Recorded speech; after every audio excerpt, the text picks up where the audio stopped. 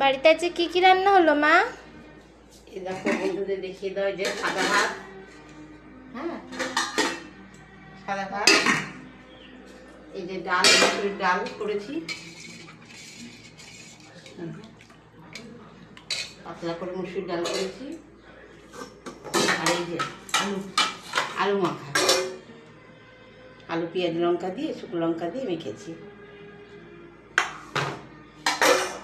কাঁকরোল ভেজেছি ডালের সাথে খাওয়ার জন্য। হ্যাঁ, ডালের সাথে খাওয়ার জন্য আলু মাখা, কাঁকরোল ভাজা, আর আছে এই যে চিংড়ি মাছ দিয়ে, ভেন্ডি দিয়ে, আলু দিয়ে এই গামাখা একটা তরকারি করেছি।